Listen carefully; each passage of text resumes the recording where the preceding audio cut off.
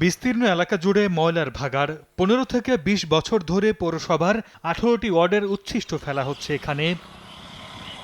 ১৮৮৫ সালে টাঙ্গাইল পৌরসভা প্রতিষ্ঠিত হয়। প্রথম শ্রেণীর এই পৌরসভায় দীর্ঘ ১৩৯ বছরেও আবর্জনা ফেলার নির্ধারিত স্থান তৈরি করতে পারেনি কর্তৃপক্ষ। বছর ১০ আগে শহরতলির গালা গ্রামে ডাম্পিং স্টেশন করার পরিকল্পনা নেওয়া হয়।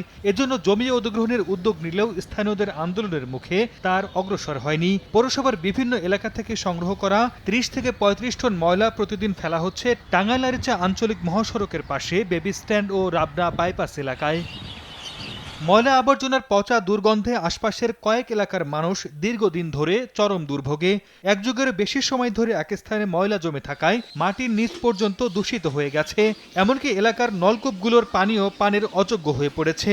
গোসল বা গৃহস্থালী কাজের ব্যবহার করেও নানা চর্মরোগে আক্রান্ত হচ্ছে মানুষ। ময়লার কারণে এই এলাকার যত টিউবওয়েল আছে সব বাতিল হয়ে গেছে, অকাজের হয়ে গেছে। পানিটা মন টানটা নাকে খাইলে মনে করেন যে পেটের অসুখ হয়। এটা দূরে কোথাও নিয়ে যদি রাখে তাহলে এখানকার মানুষ খুব উপকৃত হতো। বিশেষজ্ঞ চিকিৎসকরা বলছেন এই অবস্থা আরো চলতে থাকলে চর্মরোগের পাশাপাশি কার্যক্ষমতা হারাতে পারে কিডনি ও ফুসফুস। একটা ভালো বিকল্প ব্যবস্থা করতে হবে যার মাধ্যমে বাতাস বিশুদ্ধ রাখা যেতে পারে এবং মানুষের স্বাস্থ্য সুরক্ষা হবে সেটা নিশ্চিত করতে হবে। এদিকে মানুষের দুর্ভোগের কথা স্বীকার করে পৌর কর্তৃপক্ষ বলছে দ্রুতই নিরসন হবে এ সমস্যা। এটা দীর্ঘদিনের ভোগান্তি, এটা আমরা বুঝি, পরিবেশও খারাপ হয়।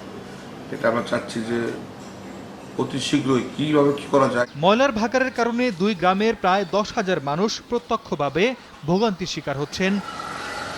সময় সংবাদ, টাঙ্গাইল।